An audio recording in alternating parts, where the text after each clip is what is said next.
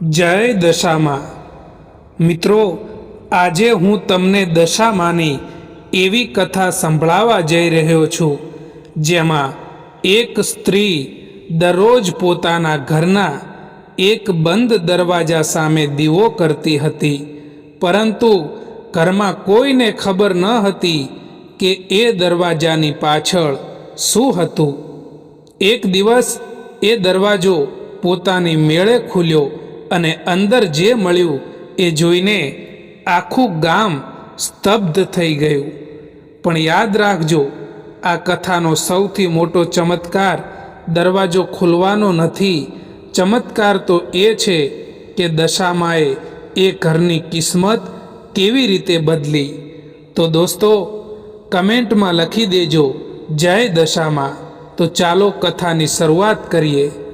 સૌરાષ્ટ્રના એક નાનકડા ગામમાં કાંતાબા નામની એક વૃદ્ધ સ્ત્રી રહેતી હતી. ઘર મોટું હતું, પણ ઘરમાં લોકો વધારે ન હતા. કાંતાબા સાથે તેનો દીકરો હેમંત, વહુ મીરા અને નાનો પૌત્ર રોનક હતા. કાંતાબા દરરોજ વહેલી સવારે ઉઠતા, ઘરનું કામ પૂરું કર્યા પછી તે સીધી ઘરના પાછળના ભાગમાં આવેલા એક જૂના દરવાજા પાસે બેસતા. દરવાજા પર મોટું તાળું લાગેલું હતું. કાંતાબા ત્યાં એક નાનો દીવો પ્રગટાવતા અને હાથ જોડીને કહેતા, દશામાં, જે બંધ છે એ તમે જ ખોલજો, પણ યોગ્ય સમયે જ ખોલજો. મીરાને આ વાત બહુ વિચિત્ર લાગતી.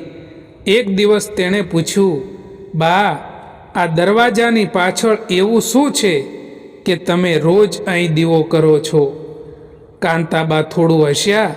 દીકરી, દરેક બંધ દરવાજો લાકડાનો નથી હોતો.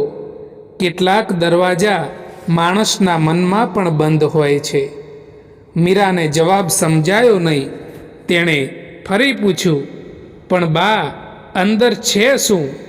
કાંતાબાએ માત્ર એટલું કહ્યું, જે દિવસે ઘરમાં કોઈ લોભથી નહીં, સત્યથી એ દરવાજો ખુલશે, એ દિવસે તને ખબર પડી જશે. સમય પસાર થતો ગયો. હેમંતનો ધંધો સારો ચાલતો હતો. ઘરમાં પૈસાની કમી ન હતી, પણ એક વસ્તુની કમી હતી, સંતોષની. હેમંતને લાગતું કે થોડા પૈસા વધારે મળે તો જીવન વધુ સારું થઈ જશે. મીરાને લાગતું કે થોડા કરેણા વધારે મળે તો લોકોમાં તેની ઇજ્જત વધશે. અને રોનકને લાગતું કે દાદી હંમેશા કોઈ રહસ્ય છુપાવે છે. અને એક દિવસ ગામમાં દશામાના વ્રતની શરૂઆત થઈ. મીરાએ પણ દશામાનું વ્રત રાખવાનું નક્કી કર્યું. કાંતાબાએ કહ્યું, વ્રત માત્ર ભૂખ્યા રહેવાનું નામ નથી. વ્રત એટલે મનને કાબૂમાં રાખવું. મીરાએ માથું હલાવ્યું. પરંતુ બીજા જ દિવસે તેને એક વાત ખબર પડી. ગામના એક વૃદ્ધે હેમંતને કહ્યું કે શહેરમાં તેની જમીનનો ભાવ ખૂબ વધી ગયો છે. હેમંતે તરત જમીન વેચવાનું નક્કી કરી દીધું. કાંતાબાએ સાંભળ્યું ત્યારે કહ્યું, દીકરા, ઉતાવળમાં લેવાયેલો ફાયદો ઘણી વખત આખી જિંદગી નુકસાન બની જાય છે. હેમંત ગુસ્સે થઈ ગયો.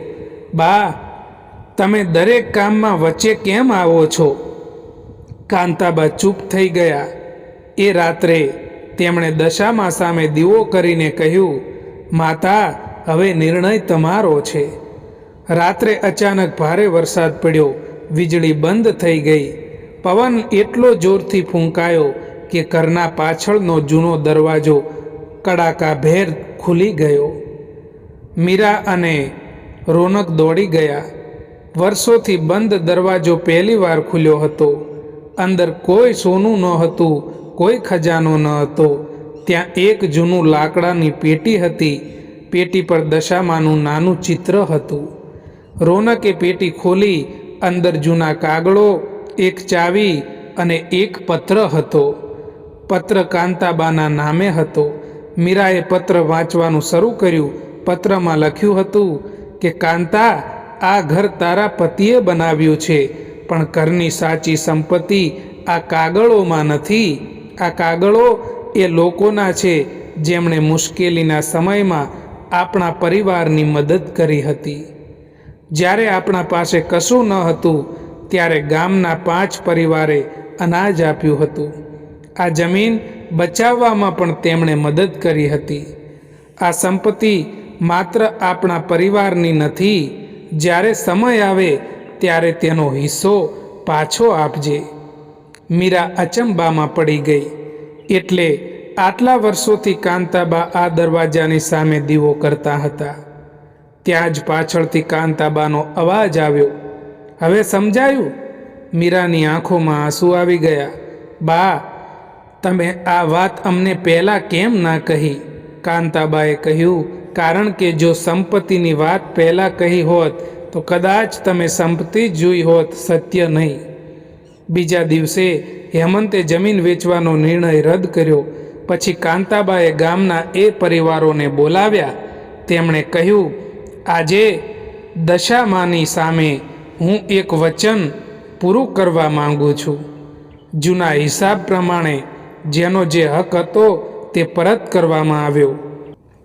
કોઈએ પૈસા લીધા, કોઈએ જમીનનો હિસ્સો લીધો, પણ એક વૃદ્ધ માણસે કશું લીધું નહીં. તેણે કહ્યું, કાંતાબા, અમે ત્યારે મદદ કરી હતી કારણ કે તમે અમારા હતા. આજે તમે પાછું આપો છો કારણ કે તમે હજુ પણ અમારા જ છો. કાંતાબાની આંખોમાં આંસુ આવી ગયા. એ સમયે મીરાએ દશામાની મૂર્તિ સામે હાથ જોડીને કહ્યું, માતા, આજે સમજાયું કે આશીર્વાદ ઘરમાં પૈસા વધવાથી નથી આવતા. આશીર્વાદ ત્યારે આવે છે જ્યારે માણસનું મન મોટું થાય. કાંતાબા હસ્યા અને એ જ દિવસે ઘરના પાછળનો દરવાજો હંમેશા માટે ખુલ્લો રાખવામાં આવ્યો. આ કથામાં દશામાએ કોઈ સોનાનો ખજાનો આપ્યો ન હતો. તેમણે એક પરિવારને ભૂલાયેલું કર્તવ્ય યાદ અપાવ્યું.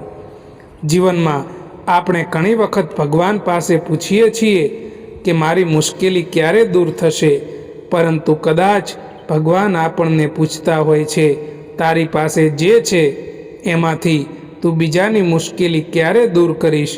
એટલે દશામાનું વ્રત રાખતા પહેલાં એક નાનું કામ જરૂર કરજો. કોઈની સાથે અન્યાય કર્યો હોય તો માફી માગજો. કોઈનો હક રોક્યો હોય તો તરત એને પાછો આપી દેજો. કોઈ દુઃખી હોય તો 2 સારા શબ્દો બોલજો, કારણ કે ભગવાનને માત્ર દીવો નહીં, સાચું હૃદય પણ જોઈએ છે. અને જો તમે પણ માનો છો કે ભગવાન આપણને માત્ર માંગેલી વસ્તુ નથી આપતા, પરંતુ સાચો રસ્તો પણ બતાવે છે, તો કમેન્ટમાં લખજો, જય દશામા માતા. અને આજે એક વ્યક્તિને દિલથી મદદ કરવાનું નક્કી કરજો. જય દશામા માતા.